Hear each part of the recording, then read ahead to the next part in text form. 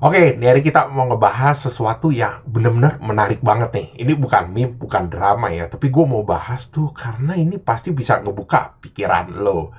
Jadi lu bisa bayangin nggak gimana kalau lu tuh menang lotre ya, tapi abis itu tuh lu dibahas ya sama orang banyak banget gitu loh, bahkan sama orang satu dunia nggak di Indo doang. Dan ini malahan dia tuh sampai dijadiin studi kasus. Jadi ada satu cewek di Kanada ya, umur 20-an. Dia menang lotre ya, di mana dia tuh dikasih pilihan, lu mau 1 juta dolar sekarang atau lu dikasih 1.000 dolar per minggu selama seumur hidup lu, selama lu masih hidup ya. Dan si cewek itu akhirnya tuh milih 1.000 dolar. Nah ini tuh akhirnya heboh, orang-orang pada ngomongin, ada yang bilang, wah ini cewek pinter banget, katanya cerdas. Ada yang bilang katanya ini cewek ini on katanya, karena nggak bisa ngitung. Nah gue nih tertarik ya sama ini, karena bukan banyak juga di luar tuh orang yang ngomongin di Reddit, di mana-mana. Gue ngitung, ya kalau buat gue sih ini cewek ngambil keputusan yang salah ya. Mungkin kalau lu lihat sepintas sih begini ya. Orang kan perlu bilang katanya, kan 52 minggu itu dalam setahun itu artinya si cewek dapat 52.000 kan. Berarti cuma perlu 20 tahun habis itu dia untung. Nah, tapi lu ngelupain ada satu hal tuh yang namanya bunga bank. Udah selama 20 tahun 1 juta dolar itu kalau pakai bunga flat aja tuh udah sampai 1,7 juta dolar. Kita pakai asumsi itu bunga banknya bunga banknya si BI ya yang sekarang ya 3,5%-an. Dan kalau lu pakai ya aro plus bunga, maksudnya bunganya dilipetin lagi, lu masukin lagi, itu tuh hampir 2 juta dolar. Sedangkan lu kalau 20 tahun tuh baru nyampe 1 juta dolar. Pasti orang banyak yang ngebantah gue bilang, ya itu nggak fair dong, lu mesti hitung yang si 52.000 itu juga pakai bunga. Nah itu juga gue udah hitung. Ya mungkin lu terkesan bingung, aduh gimana nih cara ngitungnya kalau nggak pakai rumus. Gue sih pakai rumus, tapi gue kasih tahu cara gampangnya. Jadi gini aja, lu 52.000 itu lu kali 3,5%, terus lu kali 20. Nah, habis itu pokoknya sama bunganya lu jumlahin. Nah, kalau ke bawah 52.000 ya kali 19 kali 3,5. Begitu terus sampai 20 tahun. Nah, habis itu semuanya tuh lu akumulasi. Itu cara yang paling on lah istilahnya. Nggak on lah, itu istilahnya cara paling sederhana.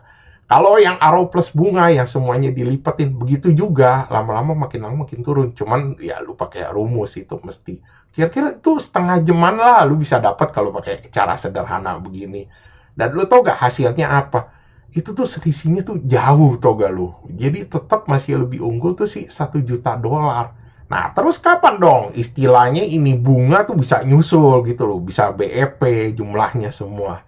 Gua sih ngitung kalau pakai hitungan gua itu tuh 35 tahun. Tapi kalau gua pakai AI, gua juga ngecek juga. Itu tuh 33,5 tahun.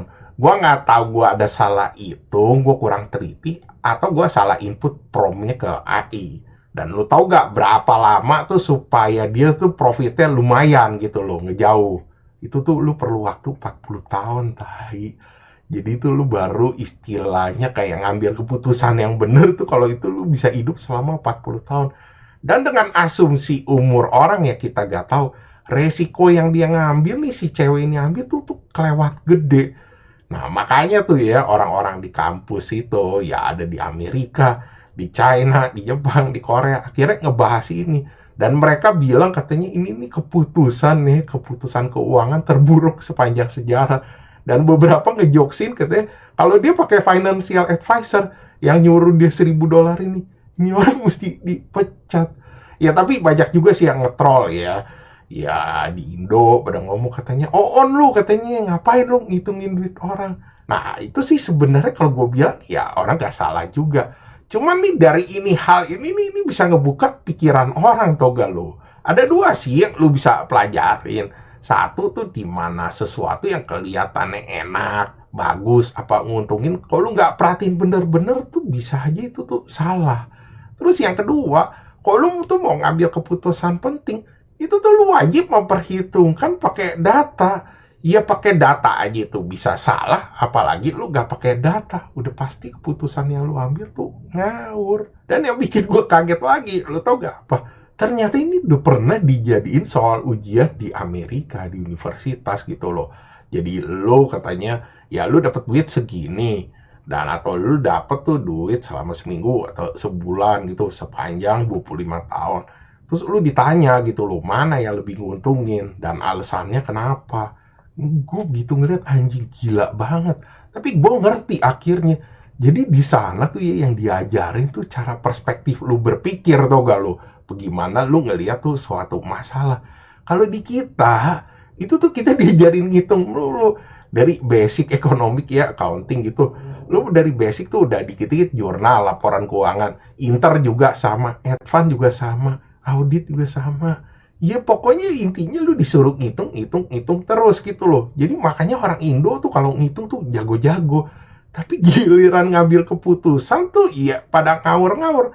Karena nggak diajarin cara berpikir kayak begini. Gila sih, tapi gue bilang hebat gitu loh. Jadi kita tuh dari sini tuh bisa belajar banyak hal gitu loh. Gak cuman itu doang. Jadi ini tuh bukan cuma sekedar teka-teki atau cuma sekedar jokes-jokes aja. Tapi lu bisa belajar banyak hal tau gue lu dari sini. Makanya mantep ini yang dijadiin ribut-ribut orang sekarang. Oke, sekian gitu aja pembahasan dari gua. Thanks for watching. Jangan lupa like, subscribe. Thank you.